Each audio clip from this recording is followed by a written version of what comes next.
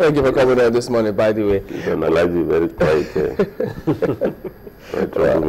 Well, the is this. Well, yes, it's now former Vice President of the NLC. Was still a member of the NLC, all the same. Very well. No, don't go into that because I can tell you I'm unopposed Deputy President of NLC, but...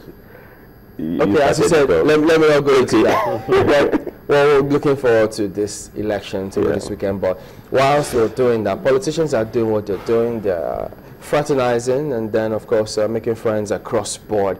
But what have you seen? Do you think that these elections this weekend will turn out perhaps as maybe the first one did? Well, first, I think as a Nigerian, I'm quite proud to say that our political account is quite rich. I mean, given the remarkable performance we recorded March 28th.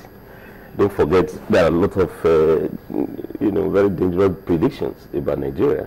I could recollect the former ambassador to Nigeria, that's John Campbell. He wrote a book, Nigeria on the Brink, and he was virtually predicting that we wouldn't witness what we're going through today. The so-called CIA report that Nigeria will, due to elections, we go under by 2015. But it's quite remarkable that we've weathered this storm. For me, I'm quite excited. And I hope that what we did with the presidential election, March 28th, we'll repeat the same thing for the gubernatorial elections. And all we need to do is to improve on those good things that we did. 2 weeks ago, I mean, INEC has to be on duty, get the materials ready, carry that to work very well. Voters have to get prepared.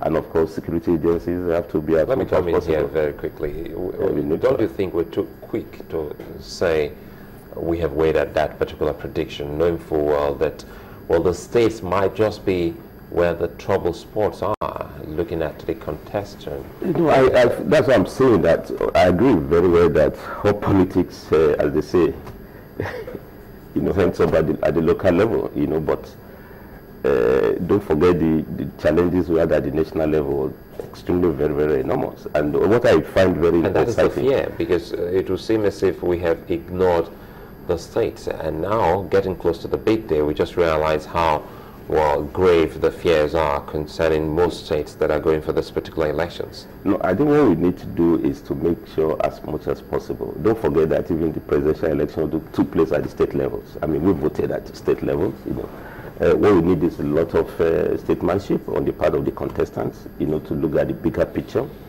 And I have no doubt in my mind that we'll get over it, just as we did at the presidential level. But the one that is a bit worrisome to me is that I think we need to look beyond the elections, because as remarkable as these elections are, or as imperfect they will be, we should realize that elections are just the means.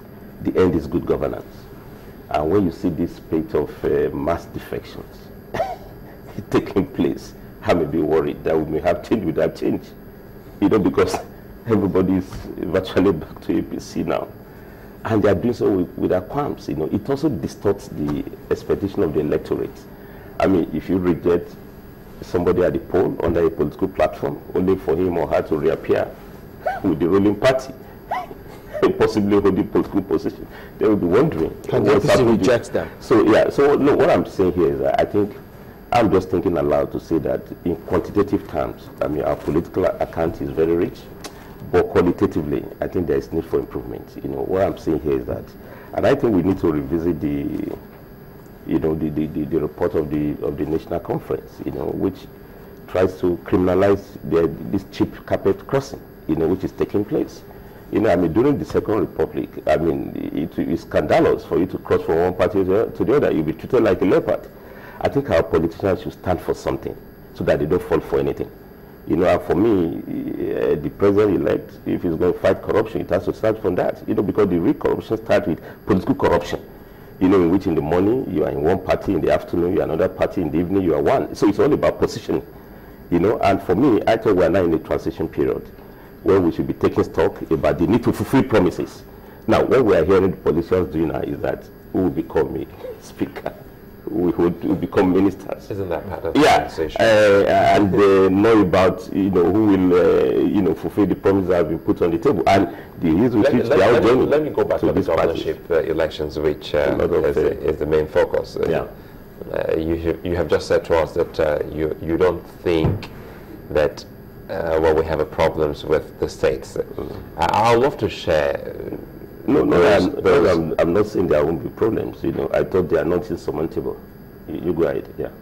Okay, how do you think we can actually surmount some of these challenges, knowing that we have great fears how this can really pan out, knowing full well that we talked about the dominoes effect, which may happen in some states, but in some other states, people have just realized that the electorates have the final say, and now they are really, really excited about it, knowing that what they want and what they feel counts for this particular election. How can they bring to bear on that day an election that will be acceptable by all, whether you win or lose on that day? Yeah, but it's exactly what I'm saying before, that this spate of defections will perpetuate the domino effect, you know, because now everybody seems to be moving to the winning party at the center, and that is going to have a lot of implications at the state level. It may increase the noise level of the heat we already have. But I think there are some hotspots which we need to concentrate on. I mean, Rivers, Abia, you know, listening to the conversation that just took place here. And I think there, what we hear all of us there is for all the agencies to conduct these elections to remain firm.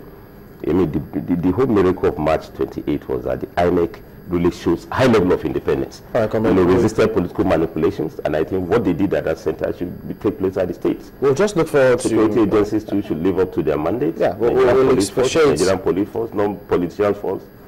Nigerian... We'll expatiate this after the elections. That the state security service for all of us. All right, not for politicians. So, and I have no doubt, I'm very optimistic that we'll weather this storm. Thank you very much indeed. We'll be back after the break. Don't go away.